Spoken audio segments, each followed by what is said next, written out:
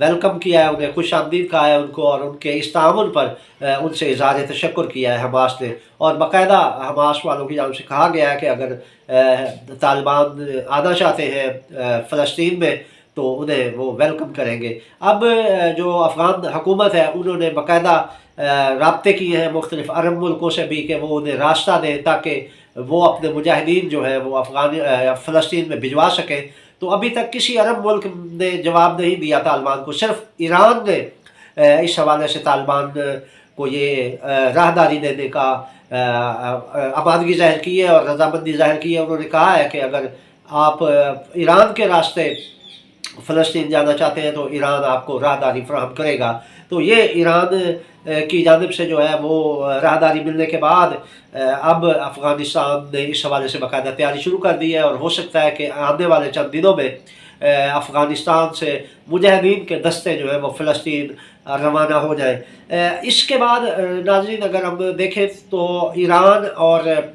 روس کے درمیان بھی اس حوالے سے باقاعدہ ہم نے پچھلے بلاگ میں بھی کہا تھا کہ ایران اور روس ایک پیج پر ہیں، اور اگر اسرائیل نے ایران پر کوئی حملہ کیا تو پھر اس کا دفاع جو ہے وہ روس بھی کرے گا، کیونکہ روس نے اب باضابطہ طور پر اعلان کیا ہے کہ ہمارا ایران کے ساتھ دفاعی معاہدہ ہو گیا ہے، اور اگر اسرائیل نے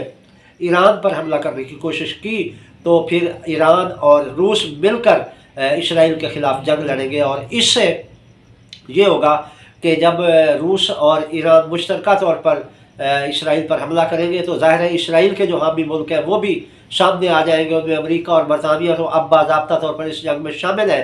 پھر اگر یہ جنگ کا دائرہ بڑھتا ہے تو ناظرین یہ خوفناک بات ہے کہ کچھ عرب ممالک بھی اسرائیل کی حمایت میں سامنے آئیں گے، اور اس کے بعد یہ جو جنگ ہے مشرق وسطیٰ میں اس کا دائرہ وسیع ہو جائے گا، اور پھر یہ جنگ صرف حماس اور اسرائیل کی جنگ نہیں رہے گی بلکہ یہ پھر مشرق وسطیٰ میں حق اور باطل کی جنگ بن کر سامنے آئے گی، اور پھر اس میں دیکھیں گے کہ کون سے بلاک کس بلاک سے دست و گریباں ہوتے ہیں۔ اس حوالے سے ایران، روس اور چین بڑا منظم انداز میں اپنا کام کر رہے ہیں۔ شام بھی انہی کے ساتھ کھڑا ہے، یمن بھی انہی کے ساتھ کھڑا ہے، لبنان بھی انہی کے ساتھ کھڑا ہے، اور اب جو روسی فوجیں ہیں وہ بھی گولان کے علاقوں میں پہنچی ہوئی ہیں، وہ بھی اس معاملے میں ان کے ساتھ ہیں۔ اب جو ہے دیکھنا یہ ہے کہ اسرائیل کی پشت پر کون آتا ہے، کیونکہ ترکی نے بھی ابھی تک باضابطہ طور پر کوئی اعلان نہیں کیا، باقی عرب ممالک بھی اس معاملے میں ابھی تک خاموش ہے، جبکہ جو ایران اور روس ہے وہ باقاعدہ اس جنگ کو باقاعدہ ایران نے تو یہ اعلان کیا ہے کہ اب جو ہے وہ اسرائیل کے خاتمے کا وقت بالکل قریب آ چکا ہے، اور وہ اس حوالے سے ہی اپنی حکمت عملی بنا رہے ہیں، اور آنے والے کچھ دنوں میں یہ کہا جا سکتا ہے کہ اسرائیل کا معاملہ کلوز ہونے والا ہے۔ دوسرا ناظرین عمران خان ہمارا موضوع ہے۔ عمران خان سے گزشتہ روز کچھ صحافیوں نے ملاقات کی، جب جیل میں ان کا ٹرائل ہوا تو حکومت نے صحافیوں کو بھی اس کی کوریج کی اجازت دے دی، تو صحافی جو جیل میں گئے تھے اس کیس کی کوریج کے لیے انہوں نے عمران خان سے گفتگو کی۔ ان میں جو ایک چیز سامنے آئی وہ یہ کہ عمران خان نے کہا ہے کہ ان کے ساتھ کوئی مذاکرات نہیں ہوئے، وہ کسی کے ساتھ مذاکرات نہیں کر رہے، اور اس معاملے میں وہ باقاعدہ طور پر ڈٹے ہوئے ہیں، وہ کسی کے ساتھ مذاکرات نہیں کریں گے۔ یہ انہوں نے ایک چیز کلیئر کر دی، کیونکہ ان کے جیل میں ہونے سے پیچھے یہ چیزیں چل رہی تھیں، کچھ میڈیا ہاؤسز اپنی طرف سے یہ بیانات چلا رہے تھے کہ عمران خان نے مذاکرات پر آمادگی ظاہر کر دی ہے، عمران خان نے یو ٹرن لے لیا ہے، عمران خان نے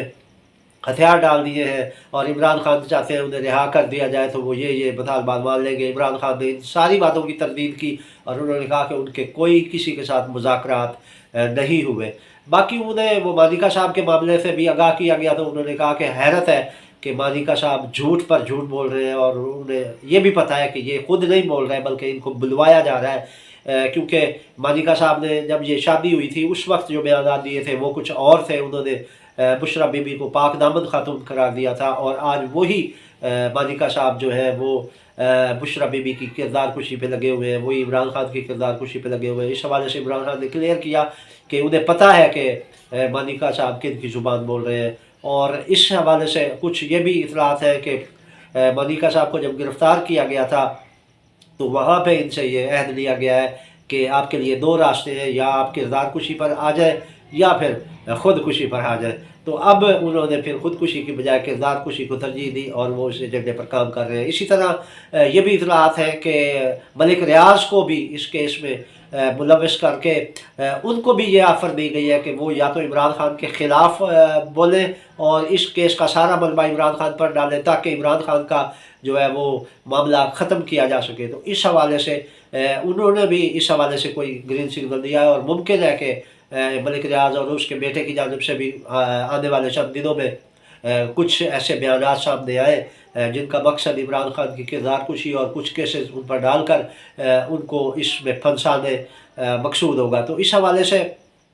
یہ چیزیں باقاعدہ عمران خان کے خلاف جو ایک مہم چلائی گئی تھی اقتدار سے نکالنے سے لے کر اب تک، وہ مسلسل اس پر عمل درآمد کیا جا رہا ہے، اور یہ کوشش کی جا رہی ہے کہ عمران خان کا باپ کسی نہ کسی طرح مکمل طور پر کلوز کر دیا جائے۔ تو اس حوالے سے ان کی کوششیں بھی جاری ہیں، اور دوسری جانب عمران خان بڑے صحافیوں کا کہنا ہے کہ بڑے حوصلے میں تھے، اور انہوں نے کہا کہ وہ آخری دم تک اپنے عوام اور اپنے ملک کی آزادی کے لیے لڑتے رہیں گے۔ اور اب دیکھنا یہ ہے کہ کس کا